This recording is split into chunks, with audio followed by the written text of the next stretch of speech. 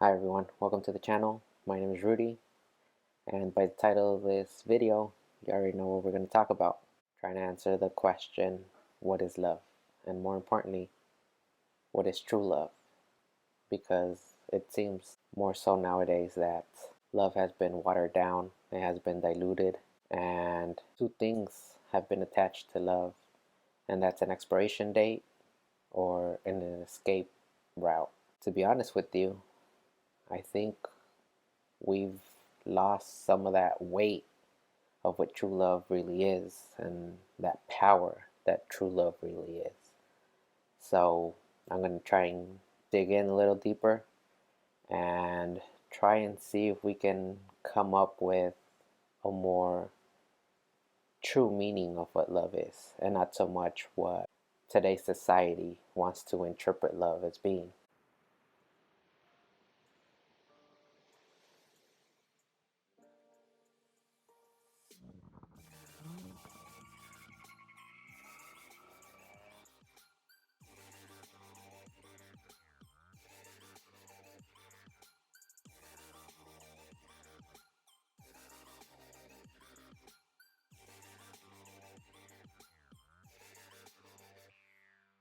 If I go into a dictionary,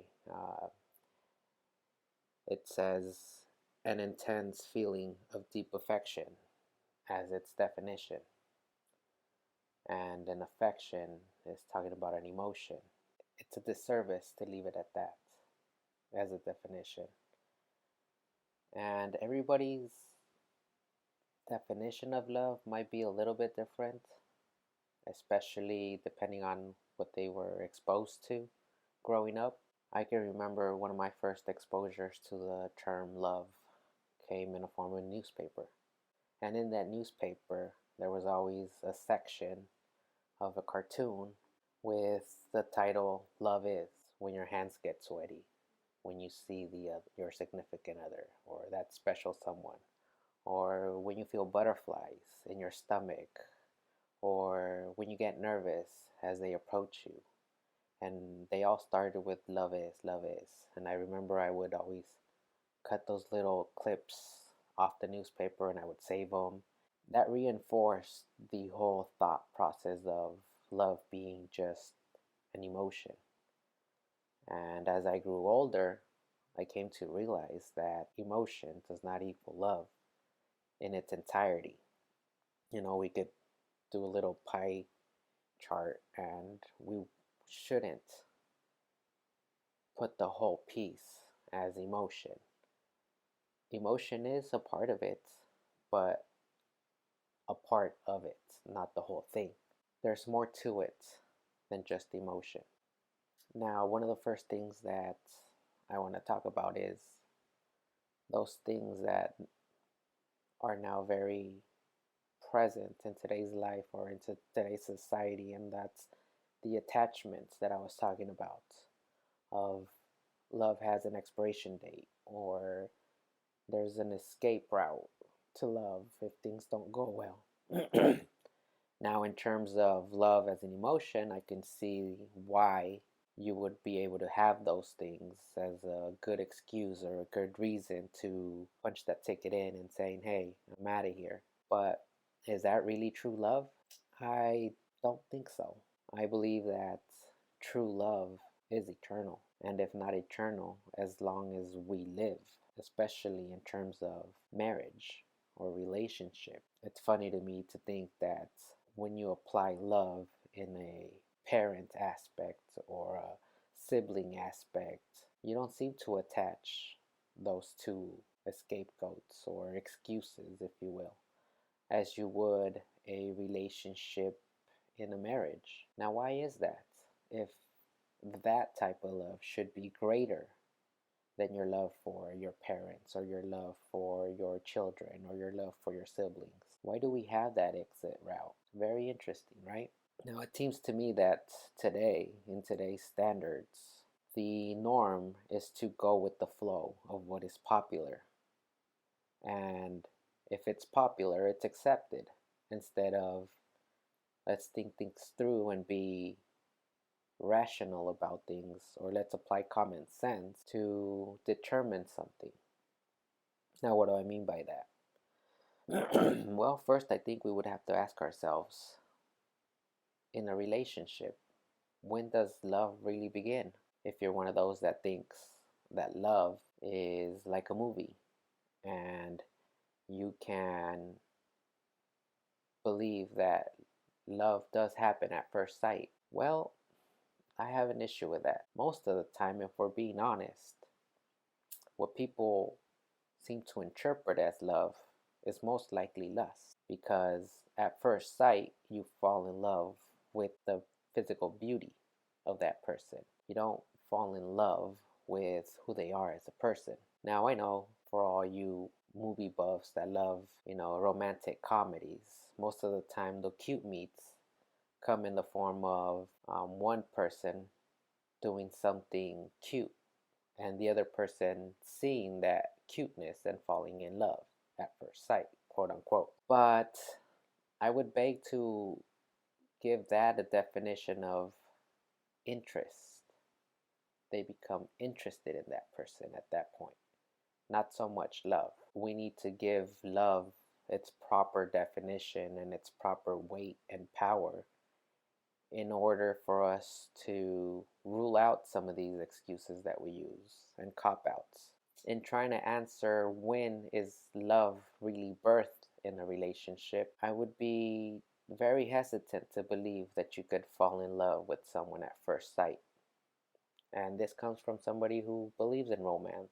Yet, like I said, I think we need to apply the proper terminology to what happens when you first meet somebody, independent of what the situation may be. Furthermore, if it doesn't happen during the first stages or the first date or whatever you want to call it, then when does love begin? So the next logical step would be to think that, you should be in love with the person when you're about to get married. Love might have an incubation state, but not true love in its entirety. So, what I mean by that is when a female becomes pregnant, she incubates a baby in her womb. That's kind of the analogy of what I'm trying to use when it comes to love at that stage when you decide, let's get engaged or let's get married, and off you go and get married. It's love in that aspect is more of an incubation period. That's when it starts to be something, and not necessarily completely falling in love with that person as most society applies it. So what do I call this period? An incubation period. Well, that's simple. And first we need to address the fact that the dating that we see today is not the dating that we saw back just 40, 50 years ago. Different concepts of what dating looks like need to be addressed. In the olden days, they didn't even call it dating. They called it courting. For the most part, there was no physical interaction. That was saved for marriage. It is very popular nowadays to think of a relationship as something physical right off the bat, right? Putting that aside for a second, let's go into the communication process that goes on during that dating period. And if we're honest with each other, we always seem to show the good side of us, the side that is likable, the side that has a good heart, the side that is forgiving, that is understanding, and not necessarily the bad side that we have, because we're not perfect. We aren't the perfect person to enter a relationship in. It's easy to understand that when, things make us angry or things make us upset, or there's certain things we're willing to accept and other things we fight over. When does that part of us come out? I would almost guarantee that it doesn't happen during the quote unquote dating stage. because you're trying to keep that person interested in you. You're trying to keep that person happy, and you don't want them to break up with you. So, most likely, none of that ever happens, even after you get married. They call it the honeymoon stage for a reason. The true you doesn't really come out until 1, 2, 3 years, several years later. If your issues weren't that big to begin with, or your differences weren't that big to begin with. I know for some people it only lasted a month or 5 months or 6 months before they want to call it quits. Now, like I said at the beginning of the video, I was not speaking in totality of every person's experience, but more so the general aspect of things. And so that's important to keep in mind when you are thinking about all of these things. If we go further down the timeline, then when is love birth? To answer that chronologically or to set a timetable would be nearly impossible, because every experience is different, every situation, every marriage, every relationship is different. We can't go off of a timeline. What we would have to go more based off of is other attributes that help ignite or give fuel to what love really is.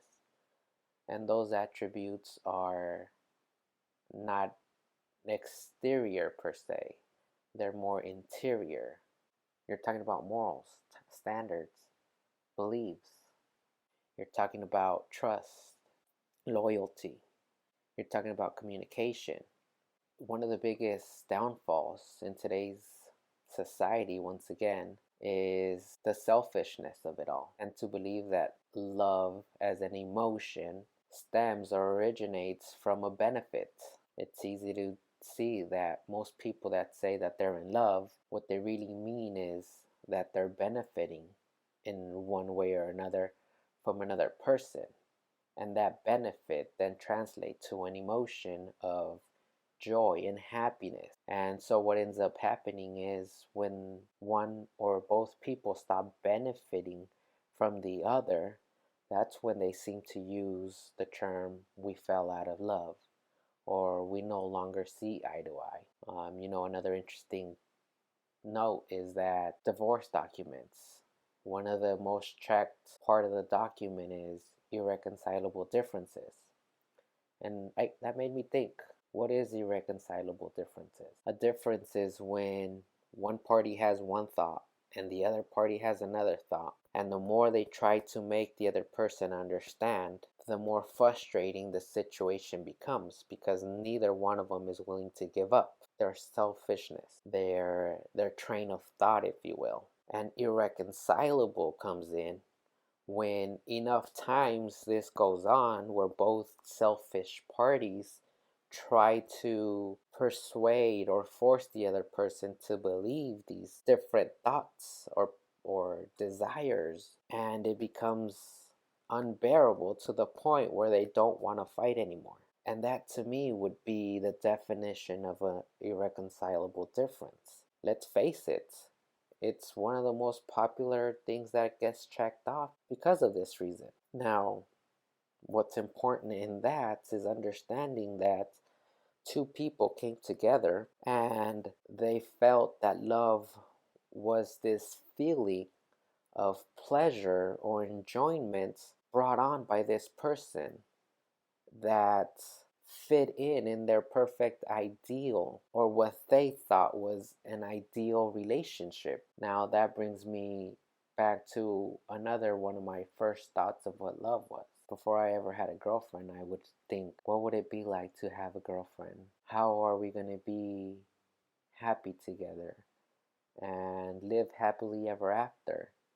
And most of the time, what I did is I would fantasize about things that we would do, things that we would share. And to be honest with you, those fantasies were of me doing things that I liked and sharing things that I enjoyed, and just inserting the female into those things.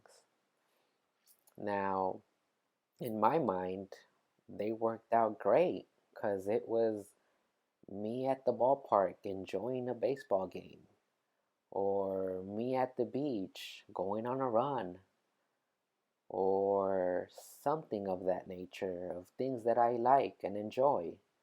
And I just expected or assumed that that significant other was gonna be a willing participant, or that she was going to enjoy those very same things that I enjoyed. Because in my head it played out kind of like in the movies, where they both enjoy and have fun at doing the same things. And the reality is that other person has different interests, different goals, different things that make them happy. If neither of them is willing to give up that selfish behavior or selfish needs and wants, then you're never going to see eye to eye.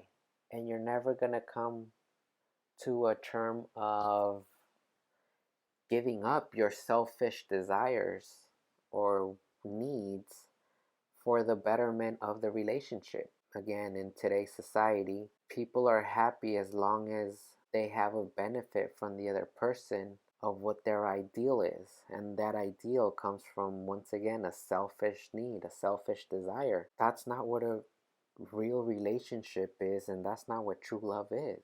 True love is giving yourself up, or giving your selfish desires and buying into what's best for the both of you. And at times it might be one winning, at other times it might be the other winning. Then there's a third option too. Sometimes neither of them gets to win. And both of them need to be mature enough to understand these concepts and accept these outcomes. Both of them need to have the same type of communication and honesty and loyalty to one another to completely take part in a relationship of that magnitude, where true love can be experienced and where true love can flourish, if you will. And that true love is the true love that doesn't need an excuse to leave, or a ticket out of a relationship. And if those concepts were applied more often than not, divorce rates would not be where they are today. Now, in a follow-up video, I would like to get into some of these attributes that I'm talking about when it comes to maturity and trust and goals and all of those things that I've mentioned, because each one of them is important on its own. And we should really dig in that much deeper in trying to explain each one and how they contribute to a healthy relationship if things go well and both parties are willing to stand equal. But more often than not, those things are what causes irreconcilable differences, because most of the time one or both parties aren't willing to have those attributes represent them in a positive manner. Simple concepts. We could get in deeper into the conversation about anything that I could have mentioned. I know that, some people will say, well, that doesn't fit me because this or that reason, and that's fine. Other people might have further questions, and if you do, I encourage you, drop a comment down below. I would love to answer some more questions regarding this topic, or expand on something that I might have just touched upon. I hope you enjoyed everything. Thank you for indulging me and sitting through this, and I hope to see you on the next video.